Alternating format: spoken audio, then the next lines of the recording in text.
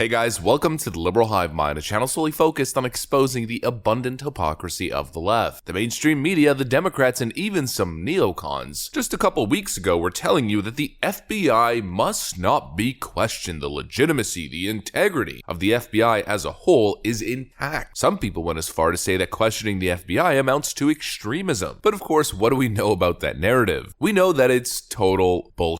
Excuse my French. And of course, the second thing to add on, the second thing that we know to also be total BS, has been the media coverage. Like always in these situations, when you turn on MSNBC or CNN, covering the FBI DOJ's raid on Donald Trump's Mar-a-Lago home, or really anything related to Trump investigations or the FBI, the media always chooses to use the worst possible individuals to come on their shows and make the case. With this whole New York civil case, the lawsuit against the Trump Organization and Donald Trump's family, the media's parading Donald Trump's ex-lawyer Michael Cohen around, who's got a clear vendetta against the former president. And when they cover this FBI thing, they keep bringing on Peter Strzok. I mean, out of literally any human being on the planet, Peter Strzok is probably the last person whose opinion you should seek on this kind of matter. And that right there is the point that I want to make on this video, as the leftist networks bring Peter Strzok on their show to make the point that Donald Trump is definitely guilty this time. A new bombshell FBI document has just been released, which frankly shows just how much of a scumbag Peter Strzok really is. Let me show you guys exactly what's going on here. Let's crush this whole "the FBI must not be questioned" narrative with a basic flashback to very recent history. We've got some stuff to get into, so let's roll the tape. Alright folks, so this is the guy, Peter Strzok, that the leftist media expects you to take seriously. Read it. FBI's brutal draft letter firing disgraced agent Peter Strzok revealed. A top FBI official accused Trump-hating former agent Peter Strzok of doing long-term damage to the Bureau's reputation with a sustained pattern of bad judgment and selfishness. In the newly released draft of the 2018 letter firing him, David Bodick, who was deputy director of the Bureau when he penned the brutally harsh draft of the dismissal letter, told Peter Strzok that the damage that he caused to the Bureau would last for years. He referred specifically to Strzok's use of an FBI device, an apparent reference to the shocking text messages sent on Bureau cell phones between Strzok and his paramour Lisa Page, in which he vowed to stop former President Donald Trump from being elected in 2016. And we now have our hands on the actual letter. August 8, 2018, Mr. Peter Strzok. Dear Mr. Strzok, I have reviewed the decision of Assistant Director, Office of Professional Responsibility OPR following your appeal, which proposed a 60-day suspension and demotion. I reviewed the relevant material to include the AD's letter, proposing you for dismissal and many of the text messages between you and Lisa Page. I considered the Douglas factors drafted by the AD of Counterintelligence Division, your role as one of the most senior counterintelligence agents in the FBI, and finally, I consider the long-term damage to the reputation of the FBI. While there is no doubt your 21 years of service to the organization cannot and should not be erased, it is difficult to fathom the repeated, sustained errors of judgment you made while serving as the lead agent in two of the most high-profile investigations in the country. As an organization, we are entrusted to investigate high-level public officials, regardless of party affiliation. If we ourselves show personal bias or demonstrate a lack of objectivity, that trust can be lost. Our ability to be objective no matter which party, candidate, or office holder is in power must be beyond question. Candidates and office holders will come and go, but the FBI must be steadfast in its resolve to find the truth, regardless of our personal leanings or beliefs. Though the Office of the Inspector General found no evidence of bias impacted any of your or the FBI's investigative actions or decisions, your sustained pattern of bad judgment in the use of an FBI device has called into question for many of the decisions made during both the Clinton email investigation and the initial states of the Russian collusion investigation. In short, your repeated selfishness has called into question the credibility of the entire FBI. As I considered all of the known facts associated with the adjudication of your case, it was difficult to imagine another incident like yours which brought so much discredit to the organization. In my 23 years in the FBI, I have not seen a more impactful series of missteps which called into question the entire organization and more thoroughly damaged the reputation reputation of this organization. In our role as FBI employees, we sometimes make unpopular decisions, but the public should be able to examine our work and not have to question our motives. In your adjudication, I removed all the politics, pundits, commentary, and the media from reporting the decision point which I must address. When I strip away all of the noise, I am left with the facts and extremely damaging impact to the organization which will take years to overcome. As Deputy Assistant Director, you were expected to be the leader who was beyond reproach and set an example for not only our direct subordinates, but others throughout the organization who watched and observed your behaviors and actions. You failed to do so repeatedly and put your own interests above the interests of the organization. Though it pains me to do so, it is for this reason that I am dismissing you from the roles of the FBI. Sincerely, David L. Bodick, Deputy Director. So here's the question that comes to mind. If David Bodick, the Deputy Director of the FBI, is objectively stating here that for years the FBI's credibility will be damaged, and that there will be legitimate concerns for years to come moving forward, questioning the political bias of the FBI, if he himself is able to admit that, after the whole Peter Strzok, Lisa Page thing, the Crossfire Hurricane thing with Andy McCabe, James Comey, the list goes on, all of these FBI goons who worked night and day to protect Hillary Clinton and to unseat Donald Trump as president with their phony illegal FISA warrants and illegal wiretaps. And now supposedly you're an extreme MAGA terrorist for questioning the FBI. Well, of course, all the previous reports on Crossfire Hurricane, all the court documents that we've seen come out of the UK, all the reporting, the testimony, the text messages, and now this, you are not extreme to question the FBI, you are merely paying attention. And the biggest joke of all, of course, is that this is the guy that they parade across the media to tell you that the FBI is totally legitimate, not to be questioned, and that they would never raid a former president's home without legitimate evidence of a crime. Well, I've yet to see any legitimate evidence or justification for the raid on Donald Trump's home. How long's it been? We still have zero transparency on the matter. We still don't even know what the FBI was really looking for. The accusation or the justification on the search warrant in the affidavit was destruction or concealment of classified documents. We've yet to see a legitimate argument from the FBI, the DOJ, or frankly anyone to suggest that the documents were classified in the first place, considering the president's unilateral authority and ability to declassify things. And so once again, we have shady operatives in the FBI and the DOJ targeting Donald Trump once again, and we're supposed to just disregard history, very recent history, listen to Peter Strzok and the rest of these goons, the rest of these clowns, and say, you know, this time it's probably legitimate, just give them the benefit of the doubt. How about no? How about never? How about provide some actual proof, some actual evidence of wrongdoing? Otherwise, it's just a continuation of the Russia collusion, Crossfire Hurricane nonsense. The witch hunt continues, as even the FBI Deputy Director admits, the credibility of the FBI has been shattered for years to come. And the onus doesn't fall on the people to just forgive and forget. The onus falls on them to not only prove that the accused is guilty beyond reasonable doubt, but to frankly prove to the people that they aren't full of crap, because right now the people aren't buying it. And like I said earlier, rightly so, based on recent history and what's happening at the upper echelon at the FBI, and how the whole upper operation seems to have been weaponized and politicized to stop Donald Trump at any and all cost. But that's what I got for you guys on this one. I thought Peter Strzok's firing letter would be an interesting topic for you guys. If you guys enjoyed the video, then leave a like and possibly subscribe if you guys are up for it. I'm gonna get back to work. Thanks for watching, and I'll see you on the next one.